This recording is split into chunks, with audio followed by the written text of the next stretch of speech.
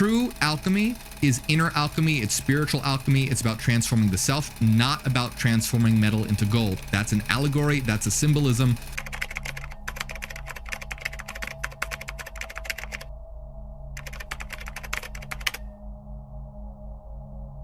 The universe responds, not your words, not to your actions, but to your frequency. Beneath every moment, every emotion, every thought you carry, there is a signal, a vibration. Everything vibrates. The chair beneath you, the light around you, even the silence between your breaths.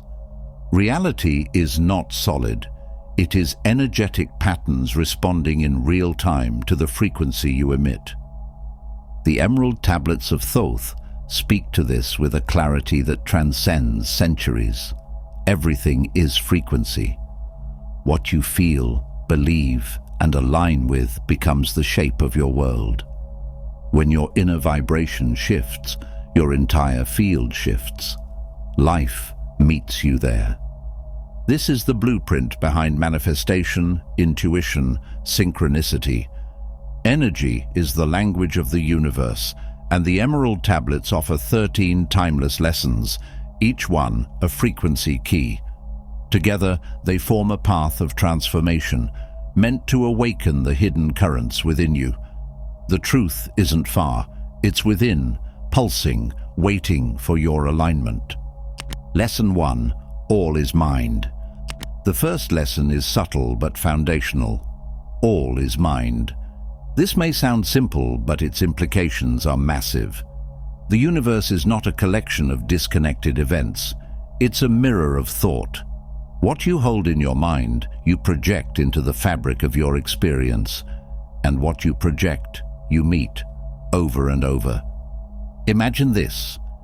Every thought you've ever had is still vibrating somewhere in your field, each one a note in the symphony of your reality, some heavy, some light, some clear, others distorted. Your frequency is not just how you feel, it's how you think, how you believe, how you expect. And if you want to shift that frequency, the change must begin from within. That's not poetic, it's electrical. Thoth's writings suggest that we are more than flesh, more than time-bound identities. We are fragments of the one light, caught in cycles of forgetting and remembering. And these tablets weren't written for entertainment or even education. They were tools, activators.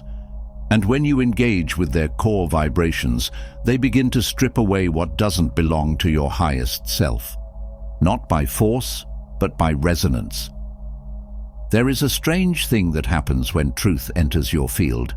Your body knows it before your mind does. You might feel it as chills, or a sudden deep breath, or the desire to pause and close your eyes. That's not random. That's recognition from the deeper layers of your consciousness, layers that speak in energy, not language. In the old mystery schools, initiates were taught not just to read these truths, but to chant them, to tone them into the body. Sound was used not to entertain, but to realign, to dissolve distortion and return the being to harmony. The same is true today. You don't need a temple or a priest. You only need silence and willingness. Because the moment you read a line like, "Man is in the process of becoming," something shifts. You realize you were never finished, never stuck. You are evolving even now in the presence of these frequencies. And if your life feels like chaos, maybe that's not failure. Maybe it's the cracking of the shell around your older vibration. Maybe you're being recalibrated, not broken. Lesson by lesson, the tablets guide you out of density. They do not promise comfort, they promise clarity. A deeper stillness, a new rhythm beneath the noise. And as you begin to match that rhythm, life begins to respond. People leave or arrive. Patterns collapse. New ones form. Things fall away with no explanation, but you start to trust it, because something inside is humming differently now.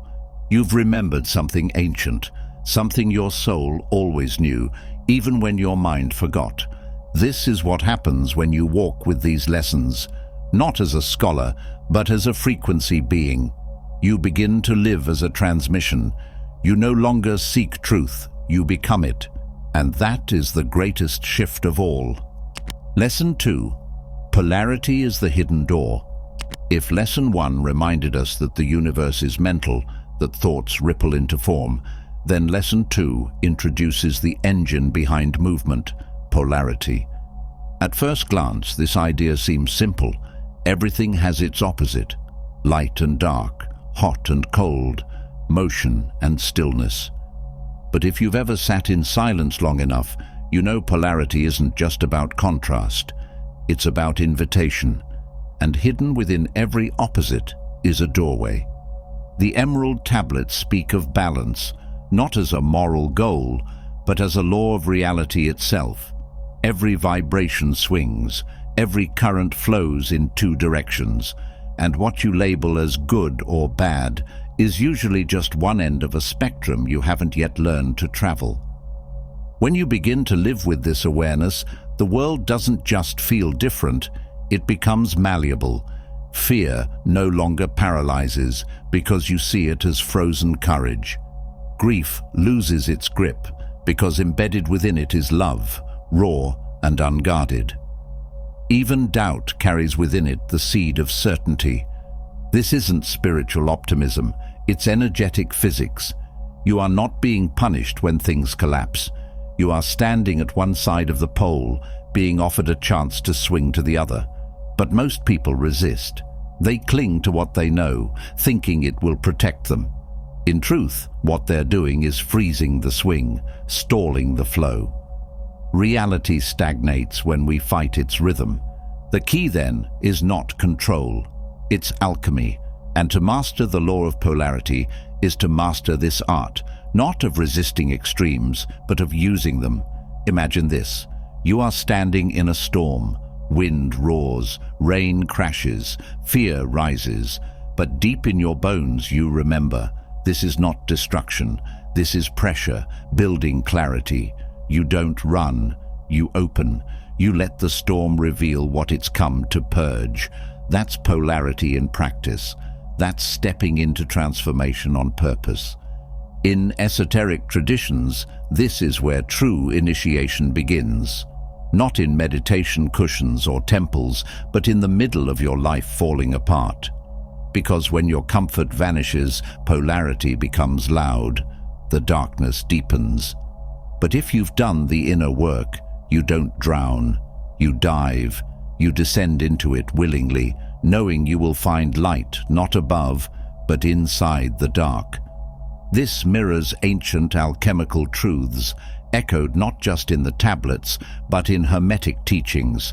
As above, so below. As within, so without. Polarity does not divide, it reflects. And if you can stand calmly in the presence of an opposite, without flinching, judging, or fleeing, you can draw power from both ends of the current. That is the secret the mystics guarded. To live like this requires a new nervous system. Not literally, but energetically. You must become porous to discomfort without absorbing it. You must witness your own reactions without fusing to them. And you must remember always that your soul chose this incarnation to experience this very swing. Because only in the friction between poles do we develop spark. In modern language, this might sound like emotional regulation, but it's deeper than that. It's transmutation. Think of a time you were shattered, a breakup, a betrayal, a moment you thought you'd never recover from. But years later, when you speak of it, there's a fire in your voice. That is polarity, flipped. Pain becomes wisdom, resistance becomes fuel. And the woman or man you are today, forged in that exact fire. Thoth's teachings remind us that you are not meant to dwell forever on either side of a pole. You are not meant to be endlessly blissful or perpetually suffering. You are meant to move. Energy that stagnates becomes illness. Energy that flows becomes evolution. So when polarity appears, when contrast enters your life, don't panic. Pause. Look deeper. Ask yourself, What's hiding on the other end? And more importantly, what's ready to shift? This is not a mental exercise, it's a full-body remembering. When you master this principle, your reality softens. What once felt personal becomes impersonal. You don't take rejection as a wound, but as redirection. You don't see endings as failure, but as space being carved out for what's next. You stop blaming the universe, and you start partnering with it. This is the second shift. You begin to see not just what's happening, but why it's happening now. Your frequency rises not through effort, but through surrender. You don't bypass pain, you alchemize it, and others feel it. They won't know what's changed, only that your energy feels cleaner, calmer, stronger. That's what happens when you begin to live not in resistance, but in rhythm. Lesson 3. Vibration is the language of reality. When you truly grasp that polarity is the current and swing of all life, what follows naturally is the rhythm behind it. Vibration. Nothing stands still. Nothing is ever truly at rest. From galaxies spinning in silence to your thoughts echoing in your chest, every piece of existence vibrates. This isn't poetry, it's law. The emerald tablets hint at this frequency not as a metaphor, but as a mechanism. Everything moves, everything sings. Your body, your desires, your fears, each one pulses at a specific speed, and those speeds determine how reality responds to you. It's not that the universe rewards goodness or punishes fear. It simply reflects what you're tuned into. Imagine for a moment that reality is a vast sea of frequencies, an ocean of overlapping tones. Your vibration determines which currents you catch, which winds lift your sails. If you walk through life humming a tune of lack, guilt, or self-doubt, then all you can meet are reflections of those same notes. But if you shift your hum, if you tune yourself just slightly higher, what opens is not imaginary. It's precise. It's physical. This isn't about smiling through pain or forcing joy. That's still performance. Vibration doesn't respond to masks. It responds to resonance. Thoth taught that the ancients knew how to hold certain tones within themselves, tones that matched the higher realms. By vibrating in alignment with divine laws, they accessed wisdom, healing, and even altered the physical. Their power wasn't superstition, it was inner harmony. They became what they wanted to see. Today we've forgotten that language, but it hasn't forgotten us. There are moments, rare but real, when you feel your entire body shift. You walk into a room and instantly sense heaviness or lightness. You think of someone and they call you within seconds. You feel drawn to a book, only to find the answer to a question you hadn't yet spoken. These are not coincidences. They are echoes of your vibration. And vibration is not thought alone. It's emotion, attention, breath, memory. It's your full field of being. To change your frequency is not to repeat words until you believe them. It's to embody an inner tone that ripples outward. This is why people who are fully themselves without apology feel magnetic. They're not trying to be anything. They're aligned. Their inner tone is clear, and so the world cannot help but organize itself around them. This is not arrogance, it's coherence. The challenge is not just knowing this, it's holding it in the face of chaos, because the world will try to detune you. News, fear, gossip, shame, these are not random. They are vibrations meant to scatter your signal. When your energy is unfocused, you become easy to manipulate. That's not conspiracy, it's energetic fact. This is why spiritual mastery isn't about ascension or avoidance, it's about tuning. Every day, every choice is a chance to adjust your dial, not to fake peace, but to return to the center of your tone. And you don't need rituals or mantras to do this, though they help. You need awareness. Awareness of how your body feels around certain people.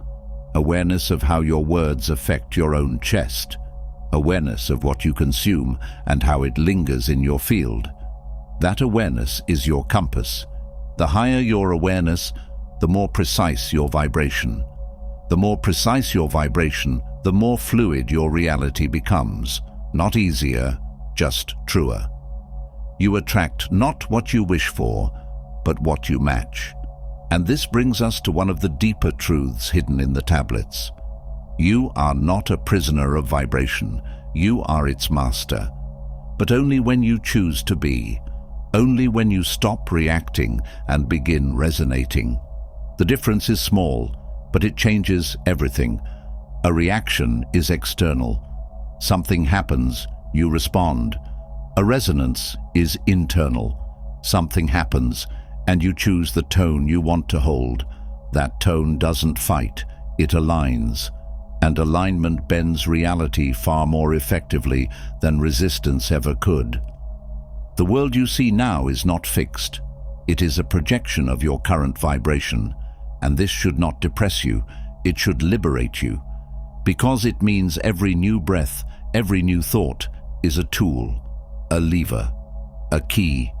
Even silence is a vibration, often the most powerful one. Lesson 4. The pulse of rhythm. If vibration is the sound of the universe, then rhythm is its heartbeat. It doesn't just exist in music or poetry, it pulses through all things. From the rising and falling of tides to the inhaling and exhaling of breath, rhythm is the pattern of return. And within this return lies power. The emerald tablets allude to rhythm not as a poetic idea, but as a tool for conscious beings. As above, so below, as within, so without. These words aren't just symbolic, they are mechanical. They describe a reality that swings, breathes, and balances itself endlessly. But here's the key. Rhythm is not neutral. If you're not mastering it, it's mastering you. Every joy is followed by a dip. Every storm is followed by stillness. We see it in nature, in moods, in relationships. This isn't personal, it's law. Thoth understood that everything oscillates, and those who awaken to this law stop clinging to highs and fearing lows. They begin to ride the rhythm like a surfer reading the wave. Imagine your emotions not as static traits, but as rhythms you've unconsciously agreed to. Despair has a beat, so does clarity, so does rage. When you're unaware, these rhythms move through you like music you didn't choose. But when you become attuned, you start choosing the music. You start shifting your timing. This is not about avoiding the low end of the swing. That's impossible. It's about meeting it with awareness, then stepping back into balance before it becomes your home. Those who study astrology know this well. The ancients didn't read the stars to predict doom. They read them to understand timing, rhythm, when to plant, when to pause, when to speak, when to stay silent. The mystics weren't obsessed with fate, they were obsessed with flow. And this law shows up in more mundane places too. When you're exhausted after a high, you're not broken, you're swinging. When inspiration fades, it's not gone, it's pausing. When people leave your life, it isn't punishment, it's rhythm rearranging itself. So the question becomes, are you reacting to the rhythm or dancing with it? The more awareness you bring to the cycle, the more you realize its predictability. Even within chaos, there is pulse, and the more pulse you feel, the more you trust. Not blindly, but deeply. This is where rhythm meets freedom, because once you stop fearing the dip, you stop clinging to the peak. And once you stop clinging, you stop draining your energy. You preserve it, you channel it, you become like the moon, always shifting, never lost. Spiritual seekers often get caught in a trap, chasing high vibrations or trying to remain in bliss. But the emerald tablets do not teach escape, they teach mastery, and mastery is about balance. The true alchemist does not fight sadness. She bows to it, learns from it, and lets it move through. The true magician does not fear silence. He listens for the rhythm beneath the noise, because within that rhythm is the password to flow. If you've ever felt stuck, consider this. What if you're resisting a necessary swing? What if the discomfort is the pendulum moving you toward renewal? We resist rhythm when we demand that things last forever. But nothing is permanent. Not pain, not joy, not even identity. And that's not a curse, it's a gift. Rhythm gives us endless chances to return, revise, and rise again. And rhythm is not just something we observe, it's something we shape. The breath is your most intimate example. Inhale, exhale. It sets the tone for your nervous system, your clarity, even your perception of time. Those who control their breath begin to control their rhythm, and from there, they begin to influence how time feels, how decisions unfold, and how emotions flow. This is why rituals matter, not because they're magical in themselves, but because they set rhythm. Morning stillness, evening reflection, movement, stillness, expression, silence. These are not rigid habits. They are patterns of energy, sacred geometry in motion. And if you learn to dance with them, you no longer get tossed by life. You begin to steer it, not because you control the ocean, but because you've become fluent in its waves. Rhythm also teaches timing. Some doors will not open if knocked on at the wrong moment. Some truths will not land unless spoken in rhythm with the heart of the listener. This is why spiritual masters speak slowly. They're not dramatic, they're tuned. Each word lands where it belongs because it respects the pulse of understanding. So, how do you live this? Not by force, not by obsession, but by awareness. Begin to notice the seasons of your day, your body, your relationships. Begin to honor the endings as much as the beginnings. Begin to let go without labeling it failure, because the one who knows rhythm is never truly lost. Even when she descends into the underworld of emotion, she knows the pendulum will swing again, light will return, and next time she will rise with more grace. Lesson 5. Cause, effect, and the hidden hand behind your reality. There's a reason the ancients guarded this lesson closely. Among the laws etched into the emerald tablets, cause and effect is perhaps the most misunderstood and the most dangerous to ignore. It is the truth that nothing happens without a reason, and more profoundly, that you are not merely reacting to reality, you are generating it. Most people walk through life like leaves blown by the wind. Something good happens, they smile. Something bad happens, they flinch. But the mystic, the seeker, the one who studies the deeper patterns, begins to ask a radical question. What if I am the wind? This isn't just philosophy, it's spiritual mechanics. In the ancient Hermetic teachings echoed in the tablets, it is written, "Every cause has its effect, every effect has its cause. Chance is but a name for law not recognized." That means nothing is truly random, not even what feels like coincidence, especially not coincidence. Everything you think, feel, say, or avoid doing is an energetic instruction. It travels outward, not always as words, but as frequency, and that frequency rearranges the field of possibilities around you. Not instantly, and not always predictably, but always accurately. This is where responsibility meets power. In this light, your past isn't just a collection of memories, it's a map of causes that created your current effects. And your future, that's not a mystery.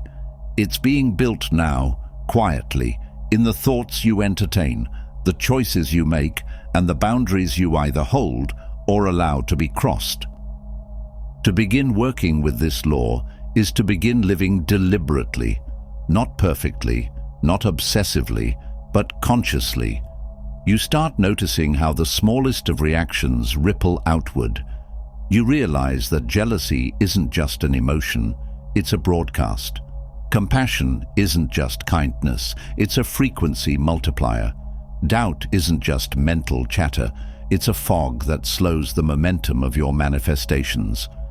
This doesn't mean blame, it means awakening. Take the example of planting. A farmer doesn't get angry when nothing grows the next day. She understands the process: soil, seed, care, time. You are that same farmer, but your soil is your mind, your seed is intention, and your harvest is shaped by how consistently you water it with aligned emotion and action. Yet there's another level, often overlooked. Just as you are a cause to some effects, you are an effect of larger causes. This includes your ancestry, your culture, and even the karmic momentum you were born into. This isn't fatalism, it's context, because once you see the larger forces in play, you can begin to disrupt the loops that no longer serve your soul's growth. That's what the mystics call stepping out of the wheel. And the wheel is tricky.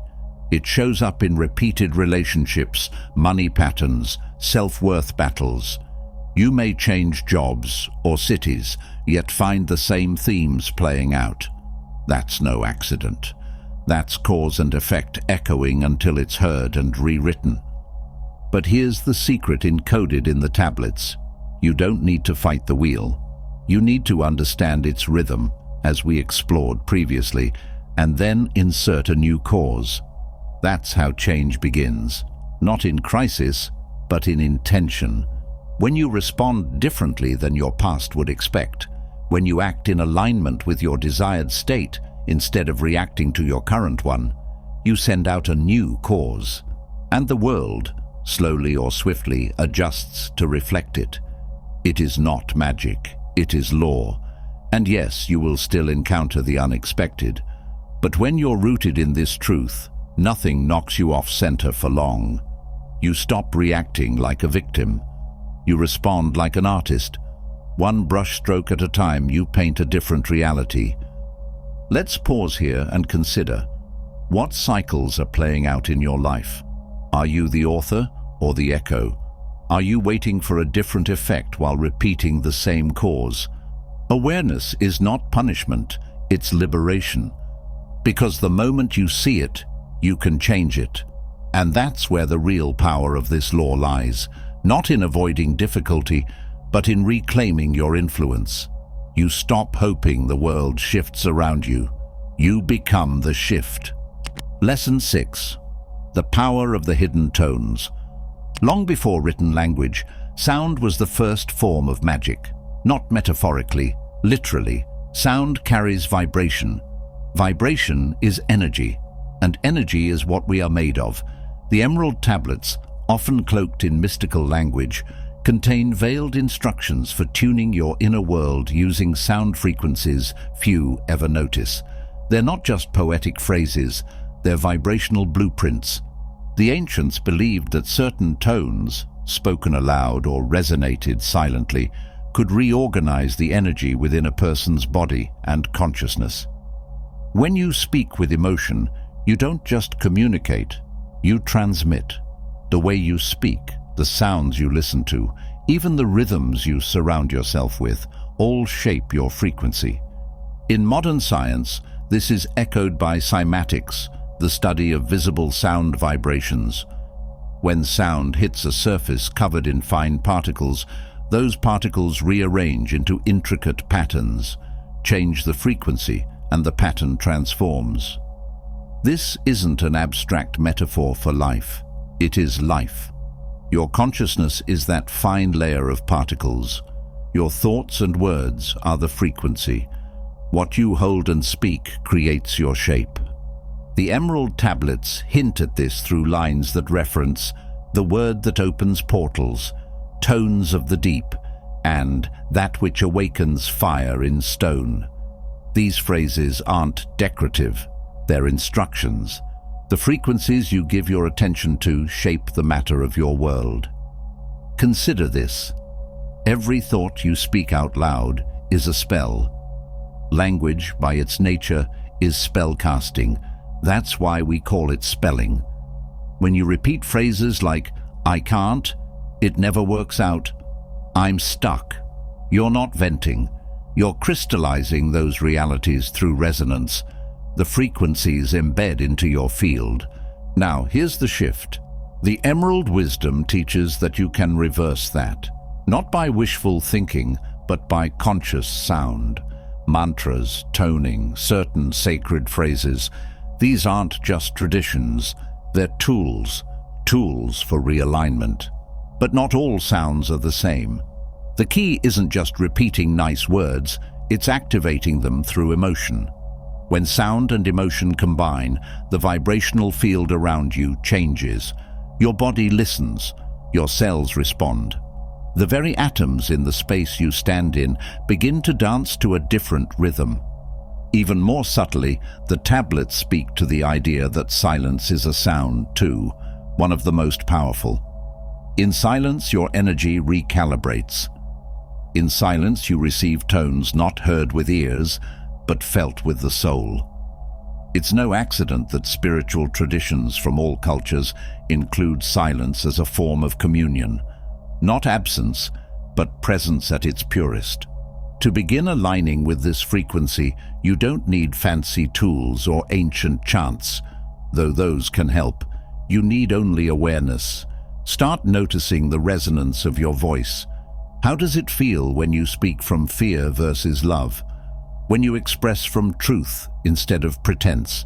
Every shift in tone alters your field. You can feel it when someone speaks with power. Your skin tingles, your spine straightens, your attention sharpens. That's frequency transfer, real time. The Emerald Tablets also reference names of power, vibrational sequences encoded within words. Ancient cultures guarded these carefully, because a true name, spoken with clarity and intent, was believed to influence reality. While modern minds might scoff, the principle remains. When a word is charged with belief, it becomes more than a sound. It becomes a directive to the field around you. Think of this in your own life. Certain songs shift your mood instantly. A soft whisper can bring calm or chaos. A single phrase can inspire a movement. This is not coincidence. It is the echo of a deeper truth. Frequency commands form. And what you allow into your energetic space, especially through sound, either elevates you or distorts you. Begin listening more carefully, not just to what you hear, but how it feels. Some environments drain you with dissonance. Others recharge you with harmony. It's not always about volume. Sometimes the most dangerous frequencies are the quiet ones, the background hum of despair or resentment hiding in everyday talk. One powerful practice is to begin your day with a tone, a mantra, a hum, a sound that resonates in your chest, not as ritual, but as realignment. Let the sound settle into your bones. Feel it change the pace of your thoughts. Then speak. But speak like you're sculpting the air. Let your words be chosen with care, not caution, and watch how people respond. Watch how your reality bends to the resonance you hold. When your inner soundscape shifts, your outer world follows.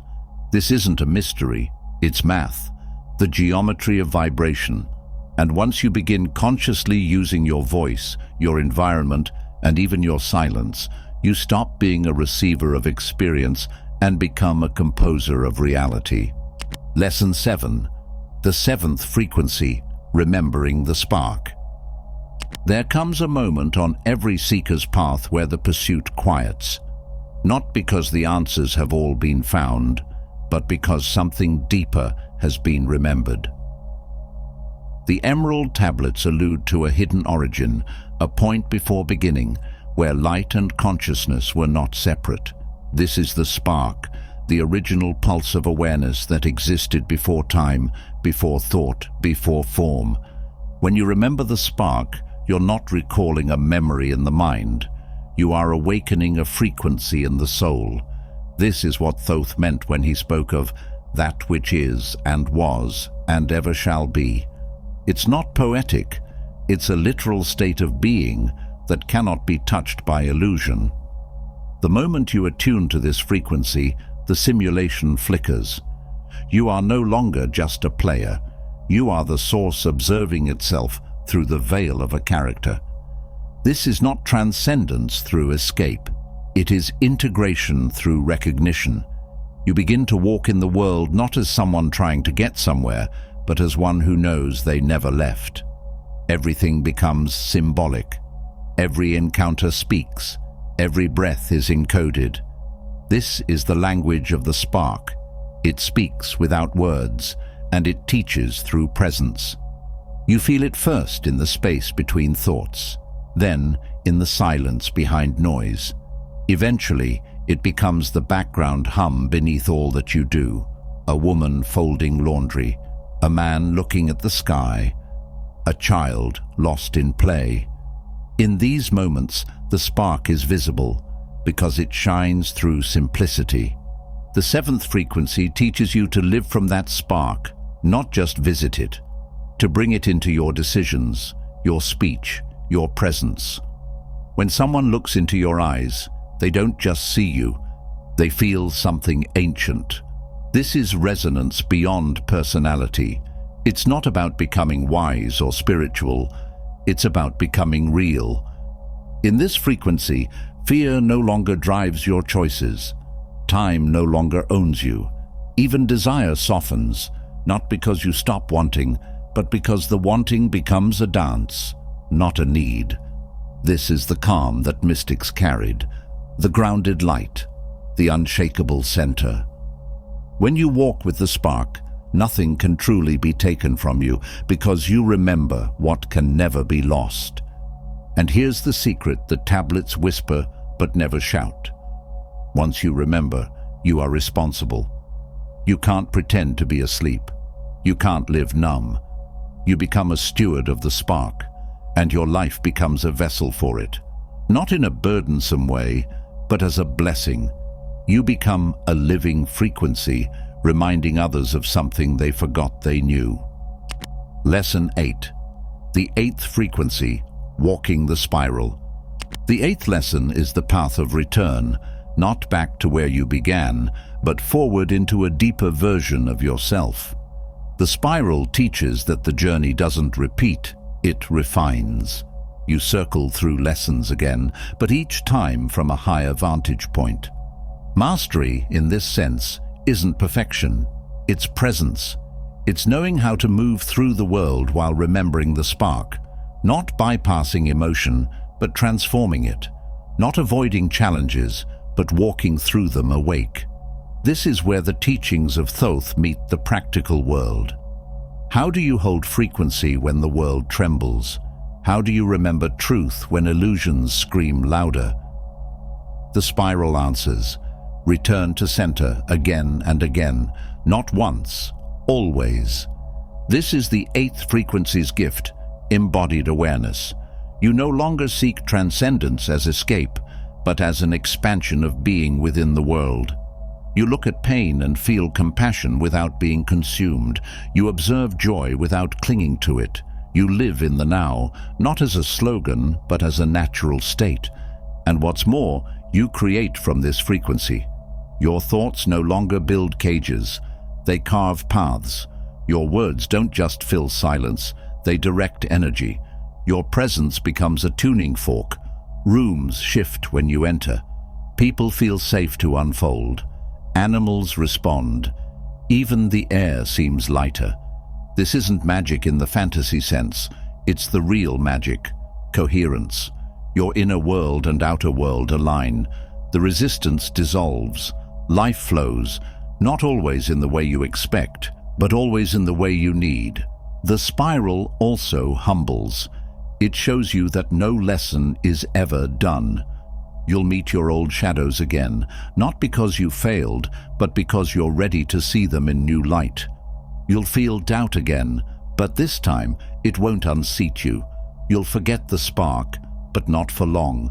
The spiral brings you back, not to start over, but to remember deeper.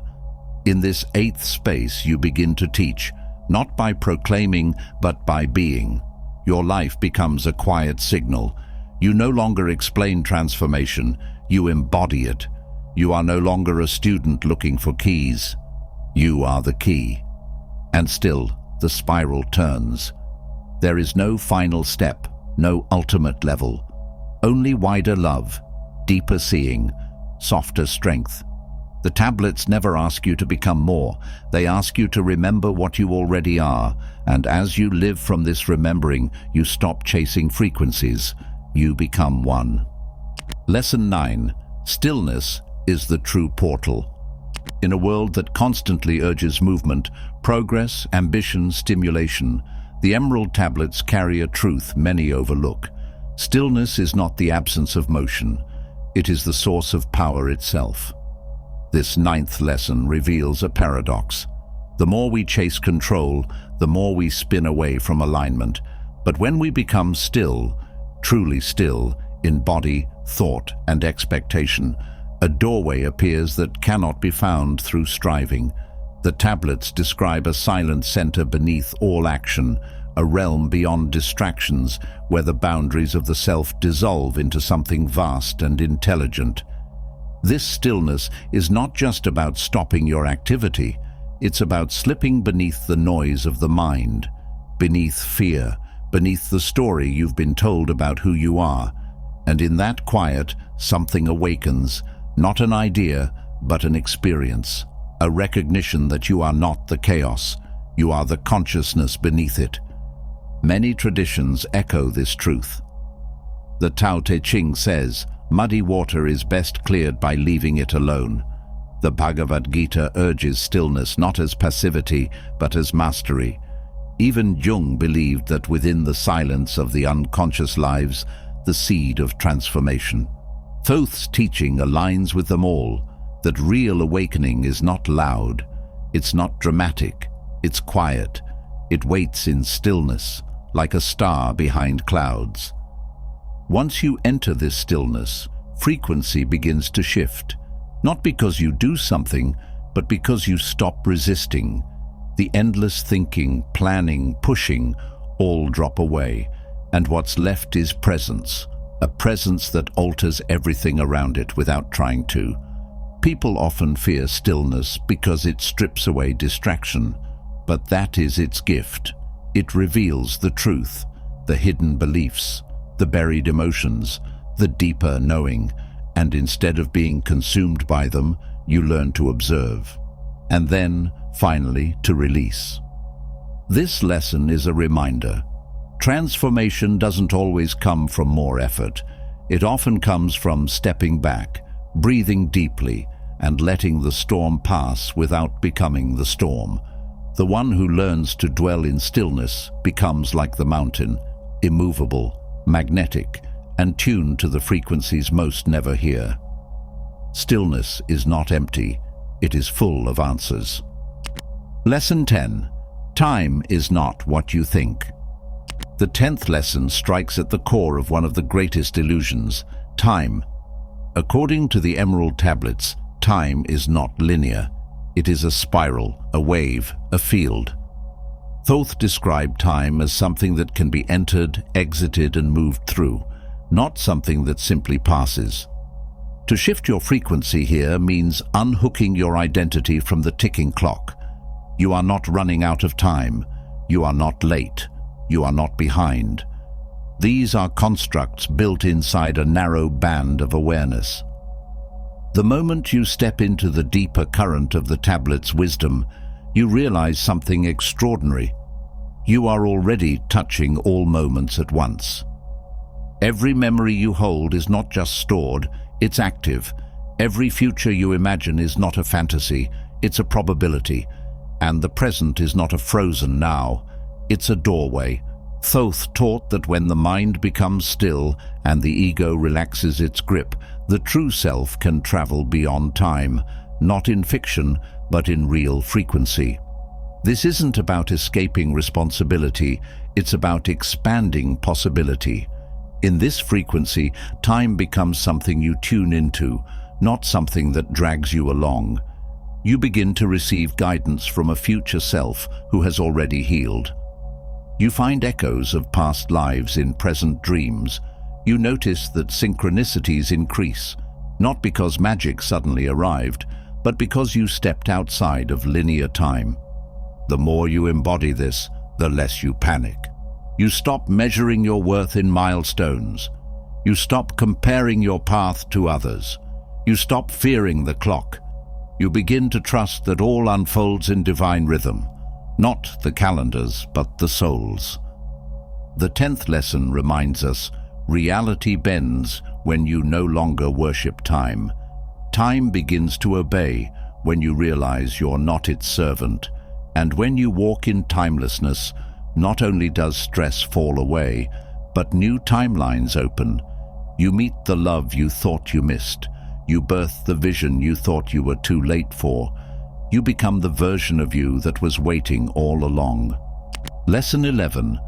The power of the unseen ally. There is a presence that walks beside you, always has. You may have called it instinct, fate, divine protection, or coincidence, but the tablets name it differently, the unseen ally. This force is not external. It is born from your higher consciousness, yet it often feels like something separate. It guides you through whispers, nudges, subtle reroutes. When ignored, it withdraws, but when acknowledged, it strengthens, sharpens, and becomes a reliable force that alters your path in ways you can't yet imagine. The 12th lesson is about cultivating this relationship, not through control, but through receptivity. This ally doesn't speak in commands. It speaks in timing, missed buses, sudden urges to take a different street, dreams that linger like riddles, chance encounters. Even delays are often its signature. It weaves what your mind can't yet understand. This guidance is not bound by logic. It bends the framework of causality and places you exactly where your soul needs to be. You might find yourself arriving late only to avoid disaster, or losing a connection only to meet someone crucial minutes later. These are not accidents, they are orchestration. To connect with the unseen ally is to live with humility, to surrender the illusion that you are alone or unsupported, to trust that something wiser is holding the blueprint, even if you only hold one thread. It's not about becoming superhuman. It's about remembering that you've never had to walk without guidance. The more you listen, the clearer it becomes. Lesson 12. The light behind the eyes. You have looked into a mirror before, but have you truly seen what's behind your own eyes? This lesson is not about appearance. It is about presence. The emerald tablets describe the eyes not as organs of sight, but as passageways, portals, not to the external world, but to the inner light trying to break through from behind the face you wear. The 11th lesson teaches you that behind every glance there is a vast awareness, one that is watching your life unfold without fear, without judgment, and without time. It is the watcher within the watchful, and it has always been there. You catch glimpses of it in moments of stillness, in sudden awe, or when you feel something deeper watching through you, not just with you. Your frequency shifts the moment you stop identifying with the reflection and start connecting with the source of perception itself. Not the eye, but the light behind it. This is why some people's gaze feels magnetic. They are not projecting power, they are anchored in it. They are present not just to the world, but to themselves, to the eternal observer within. Practice becoming aware of this light, especially when you speak, especially when you listen, especially when you look at another. See them through this deeper lens, not just as a person, but as a being carrying the same spark. This lesson awakens the truth. The light you seek is not above you, it is behind your own eyes, quietly waiting for you to return to it. Lesson 13. The collapse of separation. The final lesson is not a destination, it is a collapse, a melting of the illusion that there is anything to reach for, become, or fix. The emerald tablets end not with answers, but with unification. This last transmission dissolves the false walls between self and other, matter and energy, body and spirit. It is the frequency of knowing. There was never a gap between you and the divine. At first, this is terrifying. If you are not your name, not your story, not your striving, then what remains? What remains is presence, not as a practice but as a fact. The 13th lesson tells you that reality as you know it has been built like scaffolding, and now it must fall. It's not a breakdown, it's a breakthrough. When separation collapses, judgment goes with it. You no longer see yourself as ahead or behind, broken or healed, worthy or unworthy. You simply are, and everything around you is too. From this space, compassion becomes effortless. Not because you try to be kind, but because you recognize no one as separate. You stop trying to fix others.